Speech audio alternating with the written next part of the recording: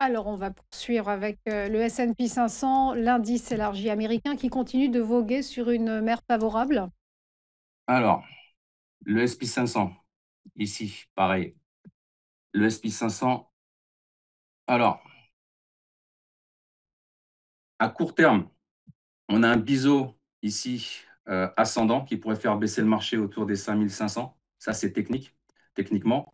On a un RSI qui est baissier, d'accord, c'est une alerte qui dit attention, le marché peut baisser. Si on casse justement, par exemple, les 5979 et un ROC aussi baissier. Donc ça, c'est une forte alerte.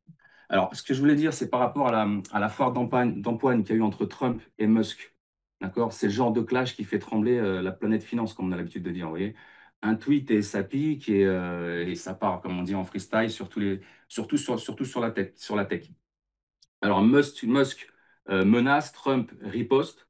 On a un peu une ambiance, comment dirais-je, western, d'accord, avec la suppression des contrats publics en ligne de mire chez Elon Musk, d'accord. On a vu que Tesla s'est effondré de 14%, il a tout de suite repris et a rattrapé toute sa baisse, d'accord. Donc c'était bien, c'était bien, ça fait les choux gras justement des vendeurs à découvert. Et en attendant, ben, les boules ont regardé un peu ce qui se passait sur le marché, ont racheté le rebond. Voilà. Donc, qu'est-ce qu'on peut dire aussi techniquement, ce qui peut se passer? Donc, j'ai dit, on pourrait aller chercher la moyenne mobile autour des 5693, puis les 5500. Je vous ai fait aussi ici un petit graphique. Je ne sais pas si on le voit bien. Attendez, ça, c'est plus propre. Voilà. Je vous ai fait aussi ici un petit graphique. Attendez, hop, on va enlever ça. Ça va être plus joli. Là, voilà. Très simple, une petite étude sur justement le S&P depuis 1929. Donc depuis 1929, on a une chute ici de 83%. Ensuite, la crise de 29.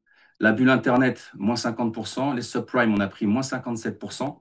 Et le Covid, on a pris moins 35%. Comme vous pouvez le constater sur le S&P 500, on a un très beau canal comme ça qui monte. Vous voyez, un canal parallèle. D'accord?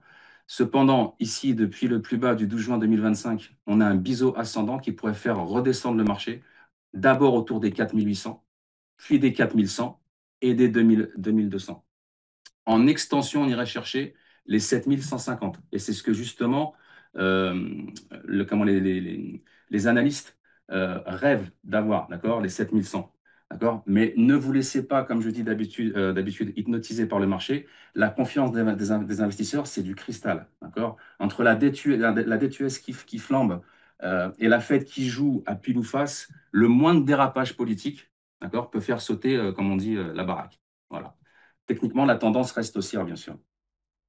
Voilà. Et comme on dit en bourse, quand c'est trop évident, c'est faux. Donc faites attention. Pour moi, personnellement, techniquement, on peut aller chercher les niveaux que j'ai tracés ici. Les 5500 à surveiller, mais d'abord, on ira chercher, par exemple, les 5694 qui correspondent à peu près au gap du 9 mai 2025. On a aussi un gap un peu plus haut ici, autour des 5310. C'est la bougie du 22 avril 2025. Voilà pour le S&P 500.